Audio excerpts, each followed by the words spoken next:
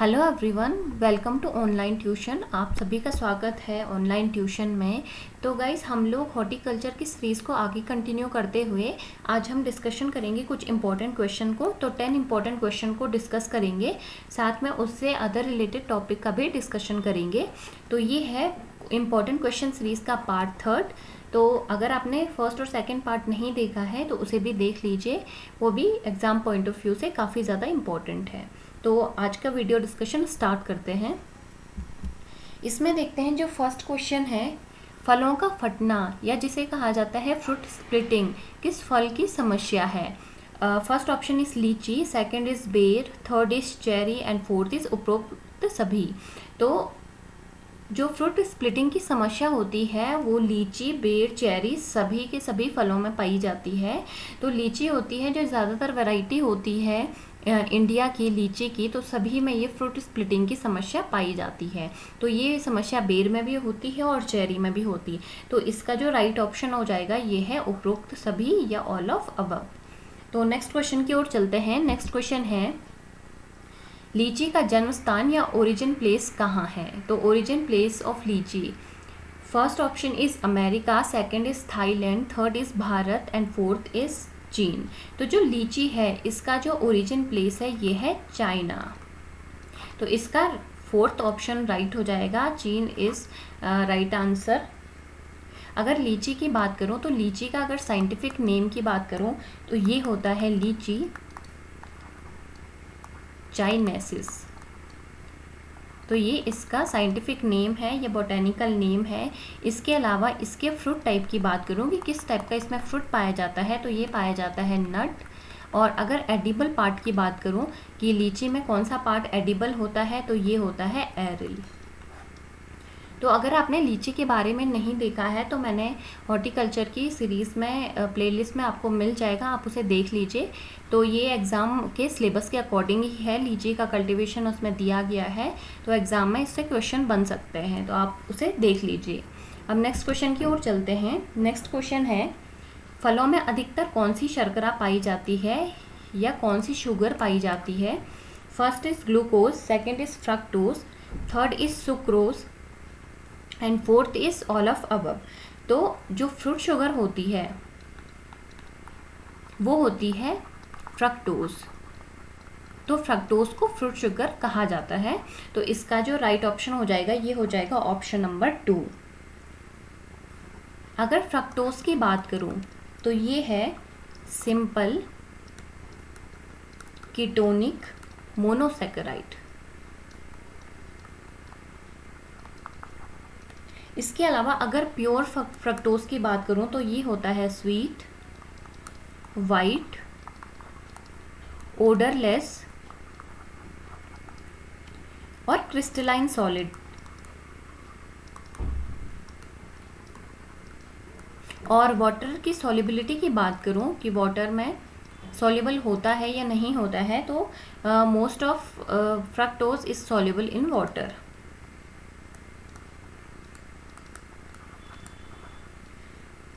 और इसके अगर इसके अगर मॉलिक्यूलर फार्मूला की बात करूं तो ये होता है C6H12O6। तो ये इसका मॉलिक्यूलर फार्मूला होता है फ्रक्टोज का, और ये पाया जाता है हनी में, ट्री एंड वाइन फ्रूट्स। इसके अलावा ये पाया जाता है फ्लावर में, बेरीज में एंड मोस्ट ऑफ जितने भी रूट वेजिटेबल होते हैं तो उनमें ये पाया जाता है। और अगर कमर्शियली फ्रक्टोज को डिराइव किया जाता है तो कमर्शियली इसको डिराइव किया जाता है शुगर केन से, शुगर बीट और मेज। तो इससे कमर्शियली इसको डिराइव किया जाता है। तो जो फ्रूट शुगर होती है ये होती है फ्रक्टोज। ये होती है सिंपल कीटोनिक मोनोसैकेराइड जिसका मॉलिक्यूलर फार्मूला होता है C6H12O6। इसके अलावा ये स्वीट होता है, वाइट होता है इन कलर, क्रिस्टलाइन सॉलिड के फॉर्म में होता है, ऑर्डरलेस होता है और वाटर सॉल्युबल होता है। तो ये है फ्रक्टोज के बारे में जितनी इंपॉर्टेंट इन्फॉर्मेशन थी और जितने भी एग्जाम पॉइंट ऑफ व्यू से इम्पॉर्टेंट थे। अब नेक्स्ट क्वेश्चन की ओर चलते हैं। नेक्स्ट क्वेश्चन है फोर्थ क्वेश्चन, आम की नियमित फल देने वाली किस्म कौन सी है? First is Langra, second Dussehri, third is Sindhu and fourth is Amrapali. तो जो आम की नियमित फल देने वाली जो किस्म है ये है आम्रपाली। तो इसका जो राइट ऑप्शन हो जाएगा ये हो जाएगा ऑप्शन नंबर 4। तो अगर आम्रपाली की बात करूं तो it is a dwarf variety of mango. तो ये होती है ड्वार्फ वैरायटी। इसके अलावा ये है हाइब्रिड होती है ये, जिसे बनाया गया है दशहरी क्रॉस नीलम के द्वारा। तो इन दोनों वैरायटी की संकर किस्म होती है आम्रपाली और इसे विकसित किया गया है IARI द्वारा।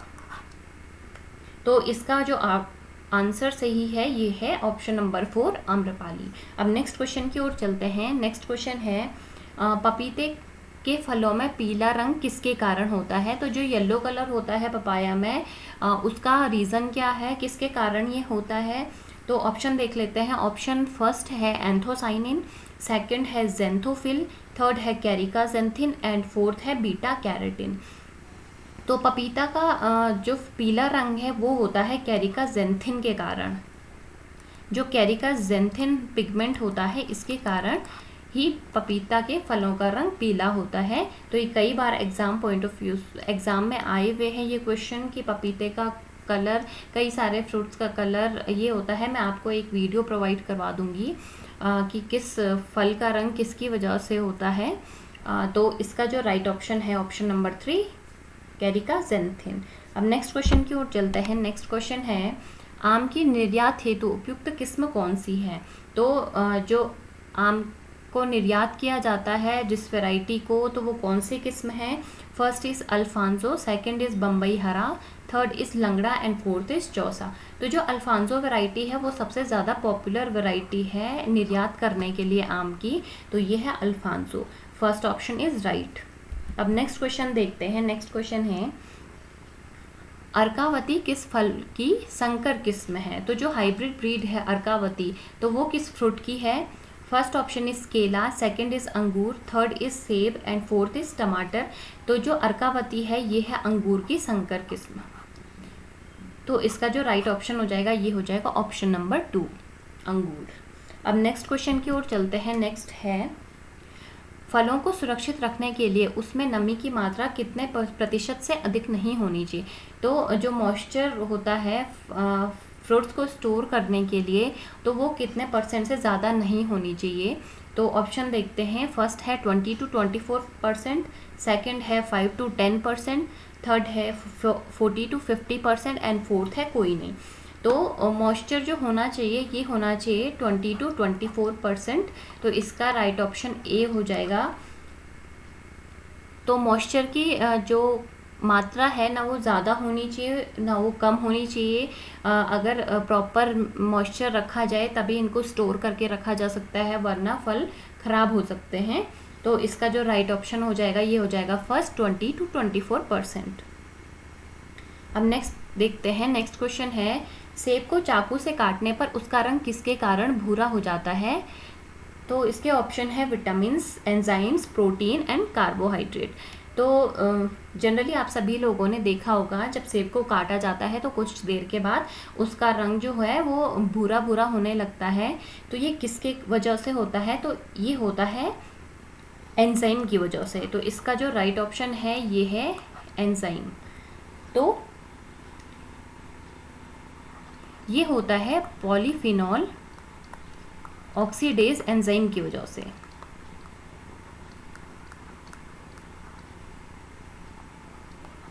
तो ये एक एंजाइम पाया जाता है एप्पल में जिसकी वजह से इसका रंग भूरा हो जाता है।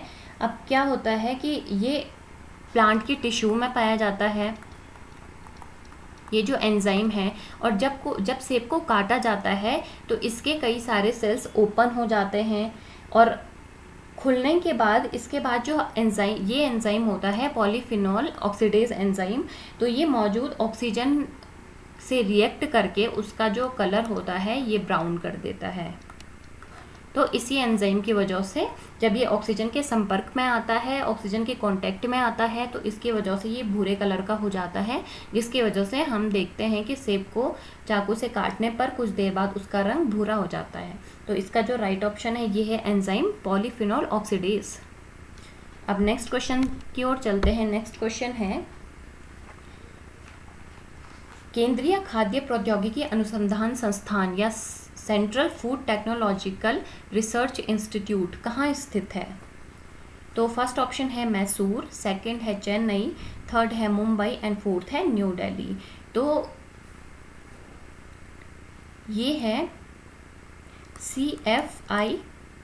CFTRI। तो ये होता है central food technology research institute conducted by CSIR। तो ये सिचुएटेड है मैसूर कर्नाटका में। तो इसका राइट ऑप्शन फर्स्ट हो जाएगा। और ये ओपन किया गया था 21 अक्टूबर 1950 में। तो CFTRI या सेंट्रल फूड टेक्नोलॉजिकल रिसर्च जो इंस्टीट्यूट है उसको ओपन करने का जो एम था ये था फूड साइंस और फूड टेक्नोलॉजी के जो एरिया हैं उसमें एडवांस नॉलेज को डालना ताकि फॉर सोसाइटी। तो इस वजह से ये ओपन किया गया था और इसको ओपन किया गया था 1950 में और it is conducted by CSIR। तो ये है मैसूर कर्नाटका में सिचुएटेड। तो इसका राइट ऑप्शन फर्स्ट हो जाएगा। तो गाइस इसमें 10 इंपॉर्टेंट क्वेश्चन की सीरीज़ आज कंप्लीट हो गई है। इसके बाद आपको और भी प्रोवाइड होती रहेंगी। तो आपको वीडियो प्रोवाइड होती रहे इसलिए आप इस चैनल को सब्सक्राइब कीजिए और लाइक कीजिए और आपको PDF अवेलेबल हो जाएगी टेलीग्राम पर। Thank you so much guys.